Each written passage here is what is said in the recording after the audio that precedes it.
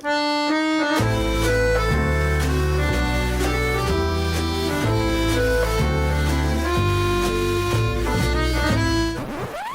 episode is brought to you in part by Split Software. Split is the feature delivery platform you need to help you exceed modern expectations in continuous and progressive delivery.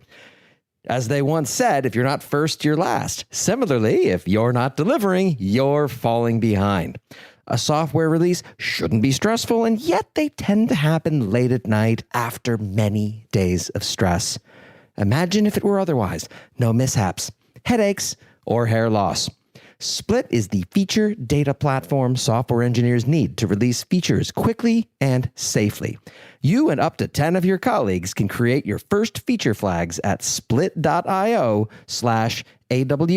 Morning Brief. That's split.io/AWS Morning Brief.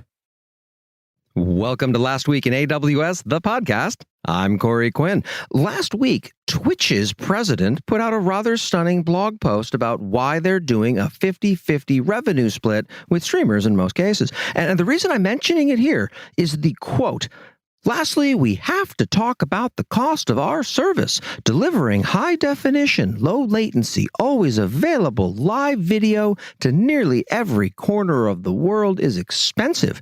Using the published rates from Amazon Web Services Interactive Video Service, IVS, which is essentially Twitch video, live video costs for a 100 CCU streamer who streams 200 hours a month are more than $1,000 per month." End quote. This isn't even slightly credible.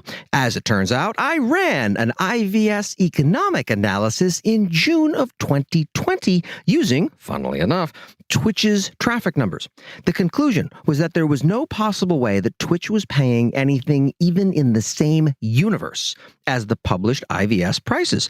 If they had been, they would have been around 25% of AWS's annual revenue and been spending 10 times their acquisition cost on AWS every year.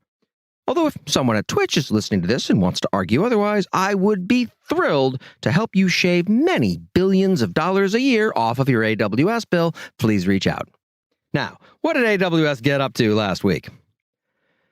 Amazon CloudWatch evidently adds support for client-side evaluations for AWS Lambda powered by AWS AppConfig. CloudWatch evidently and AppConfig, two services that effectively do what feels like the same thing, integrate to do more of that same thing together. Amazon Corretto 19 is now generally available. The joke's on you if you thought that the first 18 Amazon Corretti had said all that they had to say on the subject. Amazon Route 53 announces support for DNS resource record set permissions. Your favorite database just got row-level access controls. AWS Health Dashboard displays localized dates and times for service health events. This is a nice quality of life enhancement. I'm also going to reiterate that whenever you're doing back-end systems or database time zone work, the one true time zone is UTC. Localize at the presentation level, never the data source level, or your future self will hate you.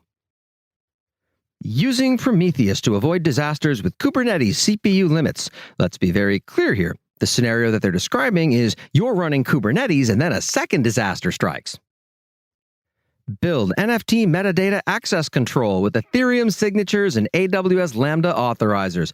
There was never a good time for nonsense like this, but before the bottom fell out of the NFT craze would have been a better one. How Informatica, registered trademark symbol, cloud data governance and catalog uses Amazon Neptune for knowledge graphs. Yeah, I don't care about Neptune. What I want to know is how exactly did Informatica bully AWS into including a registered trademark symbol next to their name? A whole bunch of companies would have preferred that AWS do that, but Informatica actually pulled it off. See how Amazon.com is using AWS to drive innovation at massive scale.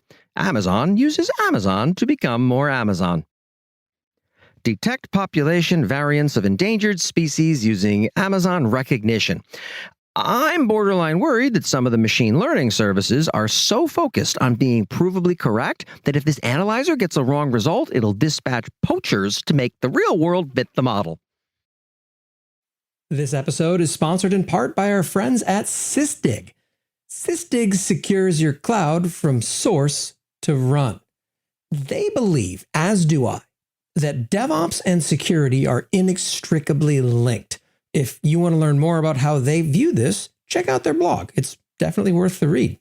To learn more about how they are absolutely getting it right from where I sit, visit sysdig.com and tell them that I sent you.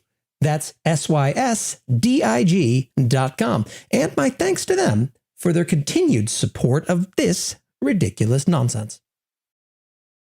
How Amazon Search reduced ML inference costs by 85% with AWS Inferentia. Then it reduced them even further by returning just a list of house brands and sponsored ad placements instead of organic search results, by all appearances. Copy existing AWS CloudTrail Trails events to an AWS CloudTrail Lake event data store.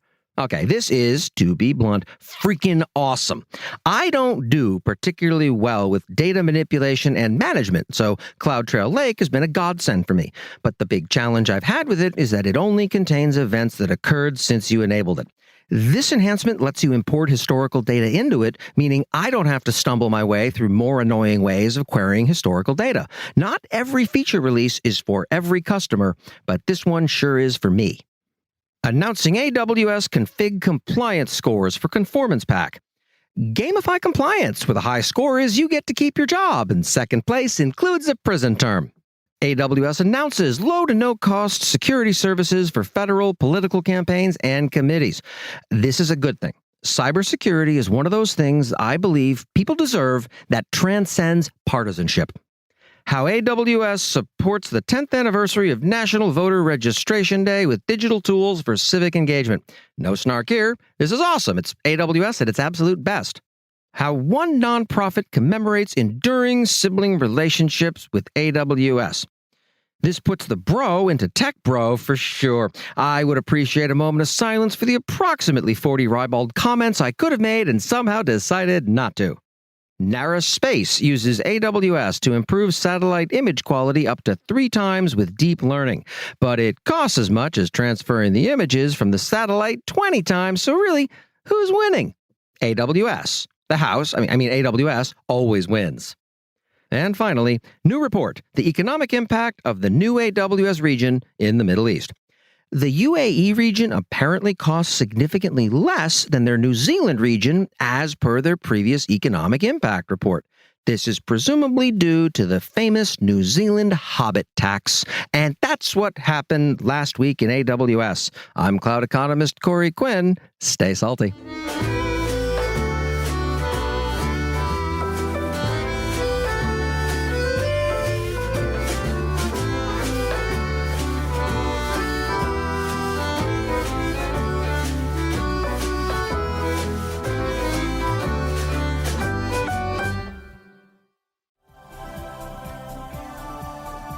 This has been a Humble Pod production.